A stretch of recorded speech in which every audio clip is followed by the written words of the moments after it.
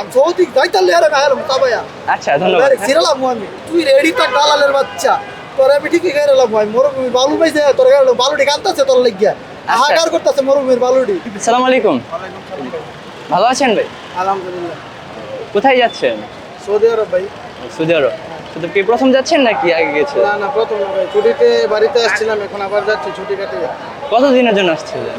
4 মাসের জন্য আসছিলাম। 4 মাস থাকলেন। গিয়েছিলেন কতদিন আগে? গিয়েছিলাম 2025 ফেব্রুয়ারিতে।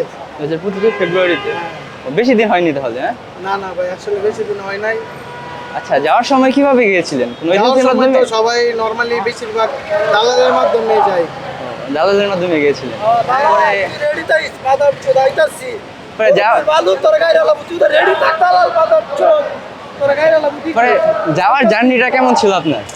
আসলে যাওয়ার জানি নরমালি তো বাংলাদেশের বেশিরভাগ মানুষ আপনার দালালের মাধ্যমে যায়, তাই না জেনে না বুঝে গিয়ে সবাই বেশিরভাগ প্রতারিত হয়।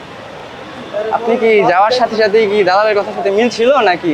না ভাই, আসলে বর্তমানে সৌদি দালালরা যা বলে নেয় আসলে তার সাথে কোনো মিল নেই, পুরোপুরি অমিল। দালাল আপনাকে বলবে এক কথা, কিন্তু গিয়ে দেখবেন আরেক। এরকম অনেকই হয়।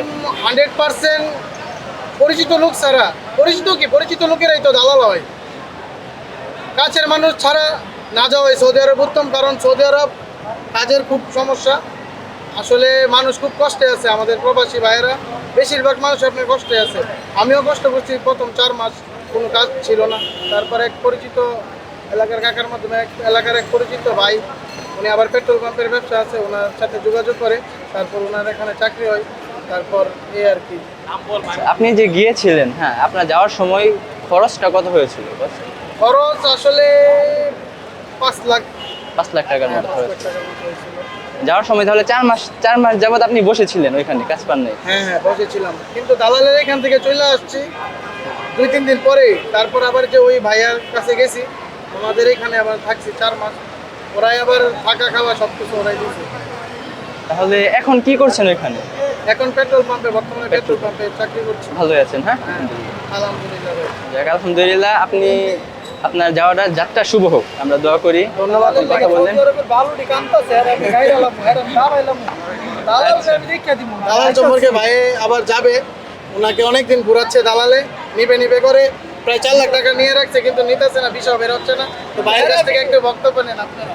আপনার এখন কেমন লাগছে দালাল? আমার খুবই খারাপ লাগতেছে। হ্যাঁ আমি আইতাছি, হ্যাঁ কয়েন ওটা রেডি থাকতো, এর কাছে ভিডিও নালতে ফোসা, হ্যাঁ আমি মরুভূমি বালুতে গাইরালাম। তুই রেডি থাক দালালের বাচ্চা।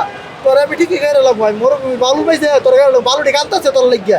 হাহাকার করতেছে মরুভূমির বালুটি। আচ্ছা, দোয়া করি আপনি ভালোভাবে যান, আপনিও ভালোভাবে যান। আপনার আমি খাইলাম, আমি সৌদি যাইতালে আরে গাইলাম তাবায়া। আচ্ছা ধন্যবাদ। সিরালাম আমি। ধন্যবাদ, ভালো থাকবেন। হ্যাঁ, আপনারা ভালো থাকবেন।